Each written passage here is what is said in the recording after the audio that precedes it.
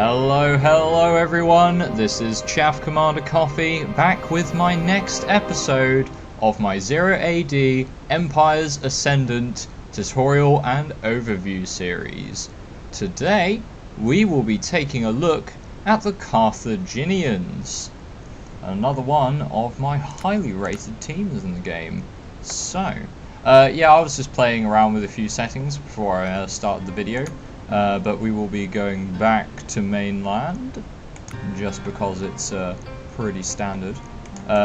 Options should still be just fine, so we will dive straight into the game and take a look at Carthage. So, here we have the Carthaginian town centre. Yes, let's just give our... well, we don't really need to give our workers any real jobs. Let's just... what are we going to need? We're going to need to age up, so let's just build a few things. You guys can build a farmstead over there. You can just gather from chickens, why not? And we'll grab a couple more of our spears, just so we can get some buildings done a little bit faster. We'll get a barracks there as well. And once they're finished with that farmstead, they can build a couple of houses. And then go do some berry gathering. These men can go... why not? We'll mine some stone. Sure. Seems good. Okay, so, starting off with Carthage's civilization bonuses. The first one is triple walls. Carthaginian walls, gates, and towers have 3 times the hit points of a standard wall. So, you're going to get very, very difficult to break walls, gates, and towers. I'm not sure if this counts as defensive towers, which you unlock in the city phase, or if it's just the towers that appear on the city walls. So the sort of corner towers, if you would. Not 100% sure on that. We'll test it as soon as we hit the next age up. So we'll just build that barracks and move over there. Yep, okay, let's phase up to the next era. Put the speed up. The second ability is Roundup. Now, unfortunately, if I was to show you the corral here, it says you can raise herd animals for food, which you've seen me do in some of the other overviews and build some of those actual domestic animals. However, when it says task domestic animals here to gain a trickle of food or other bonuses, it's not currently yet implemented, which means this next civilization bonus isn't actually in effect yet. However, I will still read it out, because when it does come into effect, it's going to make Carthage a little bit more interesting. So, it's called Roundup. Horses or elephants can be captured in the wild and placed in the corral. Unlike normal corralled animals that generate food, corralled horse and elephants provide a resource cost discount for their respective cavalry or elephant units. The more you have corralled, the greater the discount. Now, this is a really cool sounding mechanic, and it's kind of a shame that it's not currently in the game, but I cannot wait for when they finally finish that particular mechanic, because I would love to play around with it. It will be a bit map specific, because obviously in certain maps, elephants will just not appear. But in the maps that they do, Carthage will get a pretty good bonus from that. So, there we go. Anyway, on with the next bonus. The team bonus of Carthage is Trade Masters. They receive a 33% trade profit from international routes. Now, again, in my previous, my Athenian overview, I did talk about international trade routes. I'm not 100% sure on this, but I believe international trade routes are simply the ones that are available. We'll definitely need to build a temple. The international trade routes are the ones that are available between teams you have ceasefire with. Now, I can't remember if that also includes teammates in a team game. If it is teammates, I mean, it is a team bonus. So it makes me think that it is to your allies as well, with the commercial treaty technology here, and the team bonus for Carthage for the 33% increased profits. I think that may include teammate allies as well, but I'm not 100% sure. It'd be great if someone could drop a comment below and just confirm that for me, because I'm not completely sure whether international means teams you have ceasefire with or actual allies as well. I do think it does mean allies as well. So we'll just leave that open in the air until somebody can get back to me on that. But yeah, that's the team bonus of Carthage. The two unique technologies Carthage has is, the first one is all of your traders and ships have 25% more vision range. So the caravans you train from your market and the trading ships as well, I believe it... I'm not 100% sure if it means all of your naval ships or just your traders' ships. I think it might just be your trade ships have increased vision range. Again, not 100% sure. It may mean all naval ships. If it's all naval ships, it's certainly a lot more useful. If it's just your trade ships, maybe not so much. But yeah, all of your traders and ships gain 25% vision range. The second unique technology is colonization. The Carthaginians reduce the build time on their town centres, their temples and their houses by 25%. You can see the colonization tech over here. It costs a fair amount of wood and metal, but it does mean that all of your town centres, temples and houses are faster to build. So again, if you're going for a wide game where you want to take over a larger majority of the map, this is a pretty useful ability. But I'm not 100% sure how, for that cost, it might be a bit too high. It might just be my personal preference or my thoughts on that, but yeah. I'll leave that up for you guys to make your own decision on that technology. I think it's a little bit too expensive for its ability, but some people might think it's more useful. Okay, so that's the unique technologies. I think the 25% vision range technology is available from the port. We'll come back to the other ones. Carthage is another team that has a few naval buildings, so I won't quite be able to show them off. Again, it's not so important to show off all the naval buildings because, as I said, people generally prefer to play land maps, so it's not quite as important. But I will just point out to you guys that it's not going to be a full representation because I don't have water on this map. Not to worry though. So moving on to Carthage's roster, we have the roster from our town centre to go over first. We have our Carthaginian women, of course. We then have our Libyan spearmen. These are your basic citizen soldier spearmen. The Mauritanian archers. These are basic citizen archers. And your Numidian cavalry, which are your basic citizen soldier javelin cavalry. Those are available from the town centre. Your barracks contains exactly the same units. So not quite the variety that other nations get at their barracks with Carthage, but there is a reason for this, and we'll come into that a little bit later on. I will need to build a couple more buildings around my base just to show some things off. We won't be able to show that off, unfortunately, but we will build these different... Oh, we can only build two. Well, that's fine. We can knock one down and then go over the next one afterwards, so not to worry. We'll get these stone miners to go and help out with those.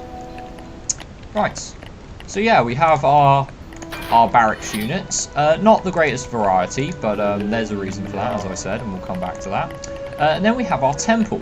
Now, Carthage is quite interesting because they train their champion units from their temples, which is it is unique to Carthage. Only Carthage has this ability. You have two kinds of champion units. You have your Sacred Band of Baal, which is your Sacred Band infantry. These are champion spearmen. And then we have the Sacred Band of Astarte, who are the Sacred Band Cavalry. These are Lancer Cavalry, so you have Champion Spearmen and Champion Lancers. So, very spear heavy on the champions, but personally, I like these two champion units. Champion Spearmen, always pretty good. Champion Lancers, absolutely mint. Love Champion Lancer Cavalry. But we'll take a look at those in just one moment. This fortress shouldn't take too long to build. I'll actually speed up the time so we can get that done a bit faster. What I'll also do is I will quickly build a small wall, just so you can see the fact that it has 3 times as many hit points. As you can see, our tower has 1,000 hit points. I believe, unless I'm mistaken, that is the standard amount of hit points for a tower, which means it is just the Carthaginian walls. The Carthaginian wall turret, the wall turret there, has 12,000 hit points, which is rather a lot. The main wall has 9,000, and the gate will also have 3 times as many hit points. So yeah, the Carthaginian walls are particularly hard to knock down. Anyway, back to the unit roster. We have at the fortress our siege weapons and our heroes, as well as war elephants. Now, certain teams do get war elephants. They're champion units, but they're kind of pseudo siege weapons. They're very good at knocking buildings down, but they're also fairly good at fighting against standard units as well. So we have our siege catapult, which I showed off in the Athenian game, and the bolt shooter, which again is these are the same siege weapons available to the Athenians, and they're also available to Carthage. Then we have the war elephant. I will just train a war elephant so you guys get to see them. We'll come back to this. Our heroes, we have Hannibal Barca.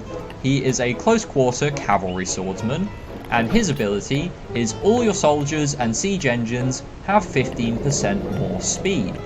So he makes all of your units just that little extra bit faster. Certainly a bit more of a maneuverable general to have in your roster.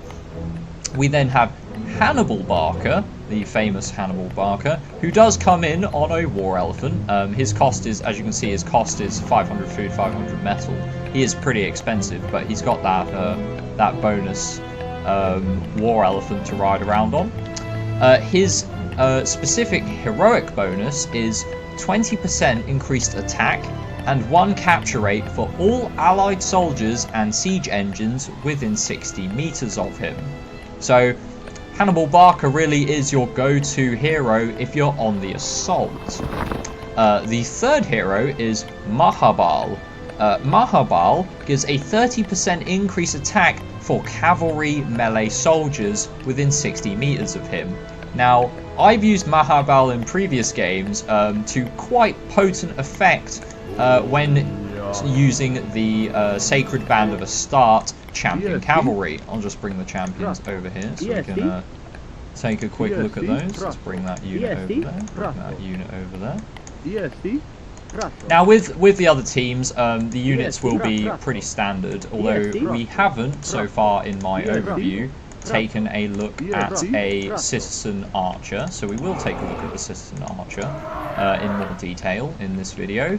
But yeah, so here's our, as you can see, there's not a huge deal of units, not a huge variety to go with. I'm just trying to wonder where my here he is, the Numidian Cavalry. There they are. I'll bring him over here. Right. So we have our Numidian Cavalry, who is our standard Javelin Cavalry. They will have the same stats, but I'll show it up there for you. There's the stats of the Javelin Cavalry. We have our standard Spearmen, Libyan Spearmen, same as all the other Spearmen in the game. Now we have our, I'll just turn the speed down. We have our Mauritanian Archers. They have 6 pierce damage and a range of 72 meters, with armor of 1 hack and 1 pierce. So very lightly armored, just like the other ranged units you have access to. But compare them to the Scythian champion archers that Athens have. They are pretty similar. They have just slightly lower attack damage, just slightly lower range, but they have half the attack speed. So the real power of the Scythian archers is the amount of arrows that they output in combat. Although I will say that citizen soldier archers are pretty good simply because of their range. I really do prefer archers over slingers and javeliniers, though that is just a personal preference of mine. But yeah, so those are the stats of the citizen archers. We then have the war elephant. The war elephant has 20 hack damage and 150 crush damage, with an armor of 10 hack, 10 pierce and 25 crush. Now, as you can see, they have the same crush damage as the battering ram that we looked at in the Britain's overview. So you might be thinking to yourself, why would I use battering rams if when I could just have war elephants? Well, here's the thing. Battering rams have 99% damage reduction to pierce attacks, so they're pretty much impossible to destroy with ranged fire. However, they have very, very low hack armor, whereas the war elephant has pretty decent hack armor, but a lot less pierce armor than a battering ram. So the trade-off you really have with the war elephants is that whilst they do make better frontline units compared to other siege weapons, they can go down to prolonged ranged attacks, particularly javelineers. Javelineers will do fairly good damage to war elephants. So you do need to be careful how you use these guys, but one of the advantages of another advantage of war elephants rather, over standard siege weapons, is that the war elephants cost food, in addition to their metal costs. So if you look at the bolt shooter, the bolt shooter costs 250 wood, 250 metal, whereas the war elephant costs 250 food, 250 metal. So whereas the bolt shooter would eventually, it's one of the resources that you generally have better access to, but when wood starts to run out, war elephants, because they cost food, will still be readily available to you, whereas perhaps with the other siege weapons you might find it a bit difficult to field them in a low wood map. The other units we have are the Sacred Band of Bilal, the champion spearmen. As you can see, they have the same stats as the champion spearmen for the Athenians. Pretty solid champion spear units. And then we have our first Lancer Cavalry. Now it's a bit funny that we got a Lancer Cavalry as the a champion Lancer as our first Lancer to take a look at, but I'll just go over it anyway. They have a close quarter attack of 12 hack and 26 pierce damage, so very high damage, but they only attack every 3.5 seconds. So really, the strength of a Lancer unit, and why I personally prefer them, is hit and run tactics. You can charge in, get that initial attack on your opponents, deal bucket loads of damage, and then quickly escape. Now if you combine this very high base damage values with a champion like Hannibal, you can see where the 30% attack bonus really does rack up their damage quite significantly. As well, if you take into account the close quarter cavalry attack damage upgrade at the blacksmith, you're looking at having some very, very significant shock damage on these champion lancers. So the only other units we have to go over are the ones from these buildings here. Now I will quickly train one of each. There's quite a little selection, but basically Carthage has access to these three special buildings down here. These are known as Embassies. These are Carthaginian specific as far as I'm aware. We have the Celtic Embassy, which allows you to hire Celtic mercenaries and research improvements for them. You then have the Iberian Embassy, which hires the Iberian mercenaries, and the Italian Embassy, which hires Italian mercenaries, which is actually the Roman type of units. So the upgrade that we can get is Expertise in War, which I already showed off in the Athenian overview, but you can pause the video and take a quick look at that if you want. Anyway, we will need to knock one of these down, so we'll knock the Iberian Embassy down and quickly build ourselves an Italian Embassy just to go over that. Put the speed up. So, from our Celtic embassy, we have the Gallic Mercenary Cavalry. These are sword cavalry. They will have the same stats as standard sword cavalry, but because they're mercenaries, they cost, this is the same with all mercenaries, as I said in the Athenian overview, they sort of substitute part of their food and wood cost with metal. So with the Gallic Mercenary Swordsmen and the Gallic Mercenary Cavalry, they cost more metal than a citizen soldier of that type would cost, but they do save you on your food and wood. So again, personally, I prefer to save my metal for champions and such, but this doesn't mean that they're like not worth it. They can certainly be pretty effective units if you use them correctly. We have it for the Iberian Mercenaries. We have the Balearic Slinger, the Iberian Mercenary Skirmishers, and the Iberian Heavy Cavalry. These are sword cavalry. So we have two different kinds of sword cavalry as mercenaries, though their stats, as you can see, are exactly the same. We have slingers. So although the Carthaginians do not have natural access to slingers, they can get them via their mercenary Iberians. And they also get access to javeliniers from the mercenary Iberians. So if you wanted to diversify your unit roster, the Iberians do give you the biggest diversity. The Gauls really give you access to these mercenary cavalry and mercenary swordsmen, so it's kind of a preference if you need more frontline units. Then the Gaul or the Celtic embassy might be your go-to choice. With the Italian embassy, we gain access to the Italic Cavalry. These are Lancer Cavalry, and we'll take a quick look at their stats. They have a close quarter attack of 6 hack and 13 pierce, and an attack rate of every 3.5 seconds. They have 4 hack armor and 3 pierce armor.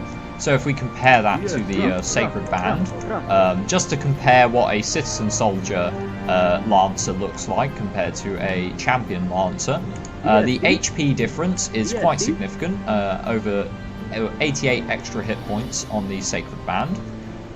They have double the damage of a citizen Lancer, which is again very significant, especially when you take upgrades into account. And they have double the hack armor, but slightly more than double the pierce armor. So as far as a citizen cavalryman Lancer goes compared to a champion one, the champion ones are effectively twice as good. It's not bad, is it? The other Italian mercenary we get access to is the Samnite swordsman. So these are effectively another type of swordsman you can choose if you would prefer them. As you can see, their stats are exactly the same. However, if you want to get access to citizen Lancer cavalry, you will also get access to swordsmen in your roster. Most Carthaginian players that do utilize mercenaries, they generally take the Iberian mercenaries plus whichever they prefer, whether they want lancers or sword cavalry. They will either go Celtic or Italian. So that's the full roster for the Carthaginians. One thing to note is that even though these are mercenary units, they do act like normal citizens. So if I was to gather these units together, I could task them to go cut wood, and they would go cut wood, as you can see. Or I can get them to build buildings, I could get them to build a castle, I could get them to build a house. So the mercenaries are not... They act as per normal citizen soldiers, they just require different resources to recruit, as in they require more metal. Which can, again, it can be quite useful. So, that's the complete roster for the Carthaginians. And we will now take a look at their buildings. Their buildings are pretty much, again, all the same as the rest of the nations available. The biggest difference is the Kothon, the naval shipyard. I won't get a chance to show this off, because I didn't pick a naval map, but never mind. I'll still be able to give you guys an idea of what the Kothon is like. So, it heals garrison ships at 10 hit points per second. Now, normally you have to garrison, you can't garrison ships inside of a port. You have to repair them by the coast using your soldiers or your citizen soldiers. A Kothon it can garrison 5 ships and they'll heal 10 HP a second. So it's pretty good if you find you take a lot of damage whilst you're fighting at sea, but your ships manage to survive. You can get them repaired without taking your citizens off of their other jobs. The other ability of the Kothon is it can construct mighty warships. I believe there are a couple of unique ships for the Carthaginians that they can only build at the Kothon, and they are particularly powerful. Now, comparing this to the Athenians do have very strong ships. I think that the Carthaginians' most expensive ship should be more than a match for anyone else's naval units. Carthage is one of those nations that is a little bit more adept at fighting at sea. So keep that in mind. Carthage is a nice alternate pick if you are on a naval map. If, say, you don't like playing the Athenians, Carthage is not a bad team to play. So that's all of the unique buildings for Carthage. I believe it's also from the Kothon where you will get the exploration unique technology, the one that allows your traders and your ships to get 25% more vision. It could be from the normal dock that you gain access to that technology, but I think it's the Kothon. So, yeah. Right, so that's all of their units, and we will start talking, and their buildings as well, and we should discuss some of the strategies you might see Carthage implement in a standard game. Now, we'll talk about some of the weaknesses in their roster right now. So, as you can see, they do have a pretty limited selection of units. It's simply 3 units that they have the choice of in the early game. Now, they only cost food and wood, which is quite nice to save your stone and metal for other units you might prefer. But they do have just basic spearmen, basic archers, and basic javelin cavalry. As far as I found Carthage, these units are perfectly acceptable. In fact, they're probably the best roster of units you could have for a defensive playstyle. However, it doesn't lend itself very much to an aggressive playstyle. Spearmen are not very good at raiding, they're a bit too slow, and they're not particularly good at anything except fighting cavalry. They do make a bulky front line, but that's about it. The archers, whilst being long ranged, have quite low damage, so they're not very good at going in and quickly getting some kills and then escaping. The javelin cavalry are about as close as you'll get to proper raiding cavalry, although as I said before, I generally prefer lancers because they can do much more shock damage, get a few kills and then escape. The javelin cavalry will have to stop, throw their javelins. They may miss them as well. Again, accuracy can be a problem in scoring those kills on a raid. So, generally more of a defensive roster with their basic citizens. Their champion units, however, you've got the champion spearmen, which make a very bulky front line and are very powerful at fighting cavalry. So, not necessarily defensive, but if you were to compare the Athenians, who can utilize the phalanx to give their spearmen a little bit of extra staying power, the Carthaginians do not gain access to that, as you can see down here in the formation screen. So, the Carthaginian Sacred Band infantry are a little bit less powerful than the Greek city-states champion spearmen. But then, by no means, you should never ignore your champions. Like, these are good champion units. But if I had to say which champion I would prefer, it would be the Sacred Band of Astarte Lancer champions. These guys are absolutely monstrous with the right upgrades and use of the hero Mahabal. Mahabal just turns these guys into a nightmare. They are incredibly fast for being cavalry. Their charge is absolutely atrocious. It will cut through pretty much any kind of unit. It's so powerful.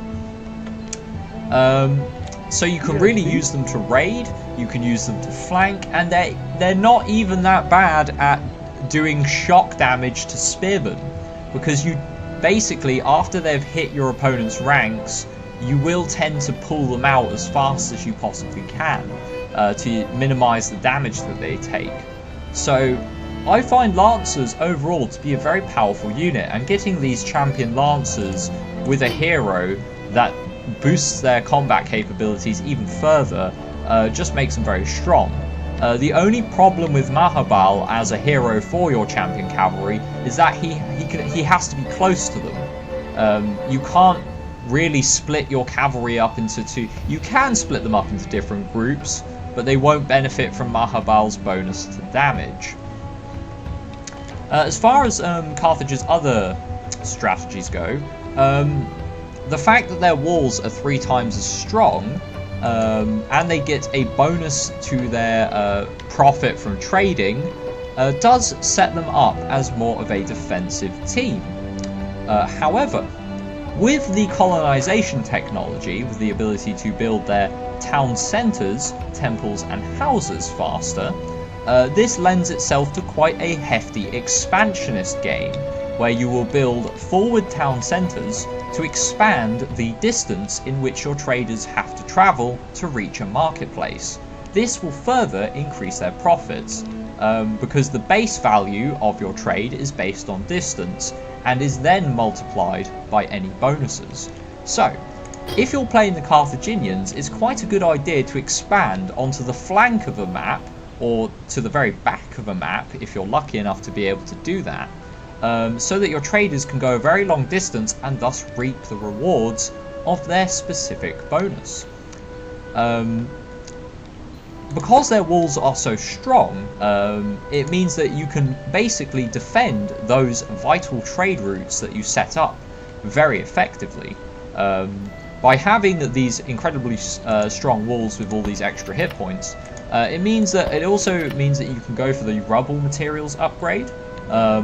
Even though they will have lower crush armor, they have so many hit points to soak damage that being able to build them faster is pretty strong. So keep that in mind.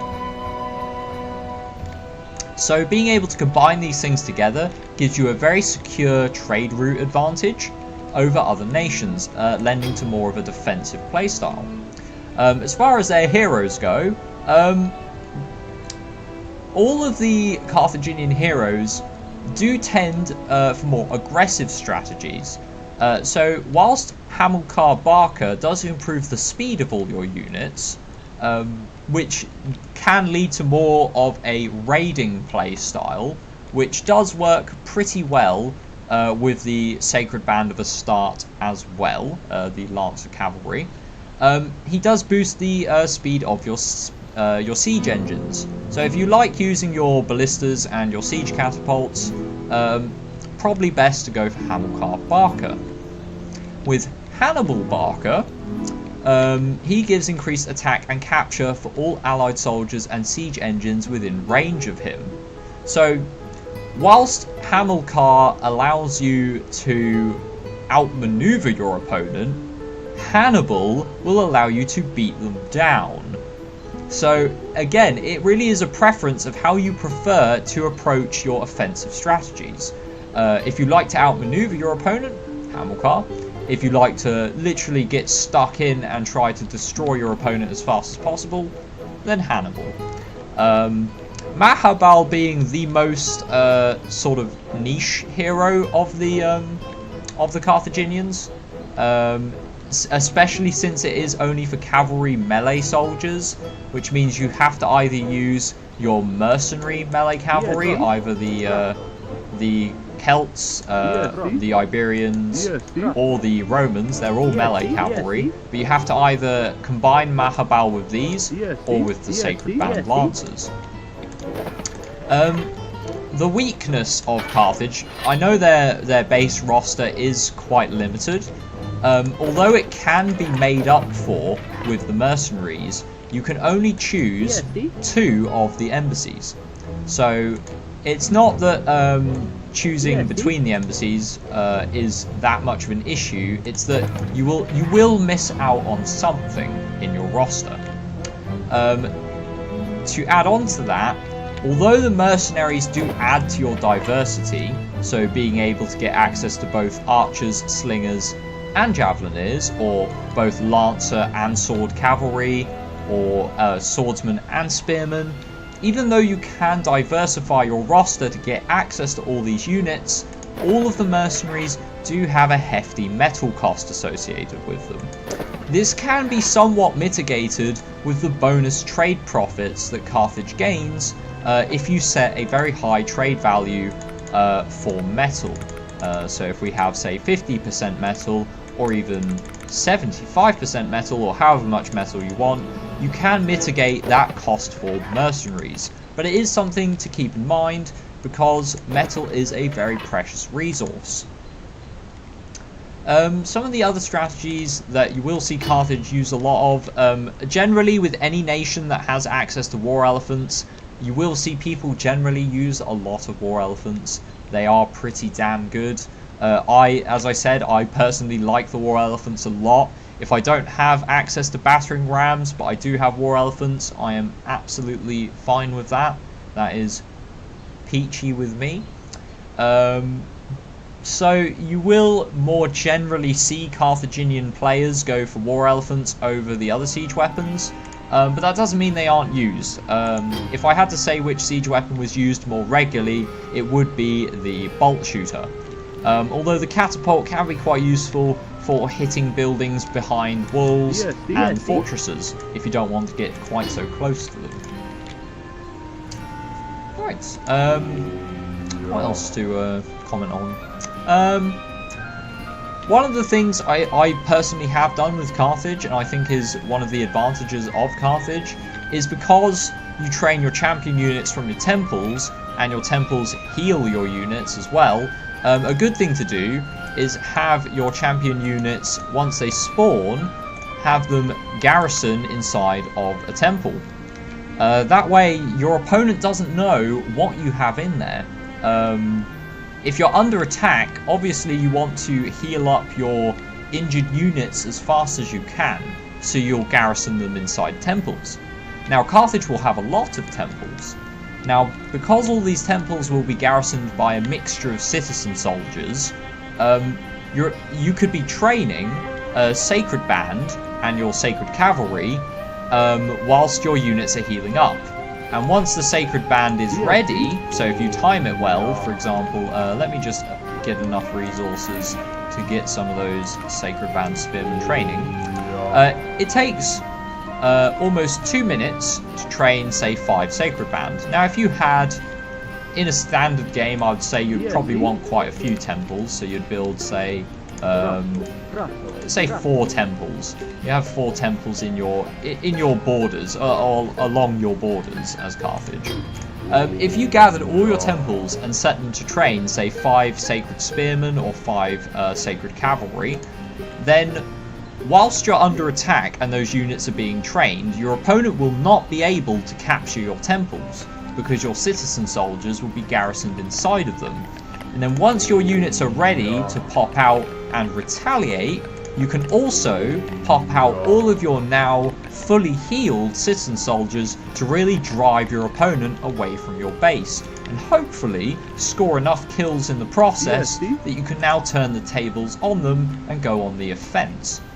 So overall, I think Carthage generally lends itself to more of a defensive playstyle. Although when they do go on the attack, they can be quite scary with those particularly powerful champion lancers. I find that although the Carthaginians do get the war elephants, then they're not exactly the quickest units in the game. So their offense can be quite slow to reach you, especially if they're only able to get their war elephants from their fortresses. You will have to spend quite a lot of stone building the fortresses. You will also have to spend quite a lot of stone building temples. The Carthaginian temples actually cost 100 more stone than standard temples. although they do give a population bonus, which is, you know, it's a little offset for having to spend more to get them. But yeah, so you will be spending more stone on the temples, which means less stone for fortresses and town centres. So just keep that in mind. It's another reason why you'll generally see Carthaginian players preference the war elephants over, say, the catapults, because the catapults do cost stone. So to save more of that valuable stone, you will generally forego getting catapults. Again, it won't mean that you won't see them. It's just more of a something to diversify your resources and make sure you get the most out of them. You don't want to be buying a huge number of catapults and then only training sacred units from, say, one temple. It's not really effective to train units from just one barracks. You'll want multiple places being able to recruit them. Right, I believe that should be everything for Carthage. As I said, they're one of my more highly rated teams. I do like the sort of, even though their roster is quite basic, they do gain access to a wider variety of units as the game progresses. So whilst they're quite easy to manage early on, they can become a lot more complex in their playstyles as they reach that phase 2. And as I said in my demonstration game, I do generally prefer to go on the offense.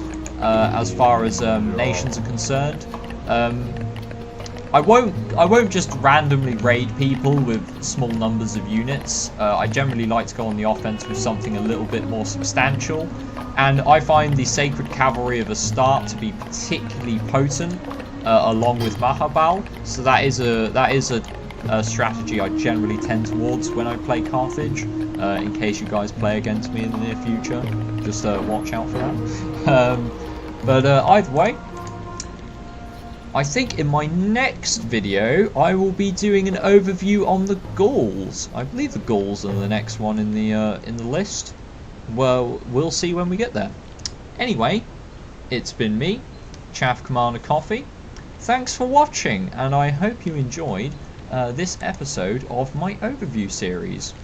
And I will see you next time. Goodbye.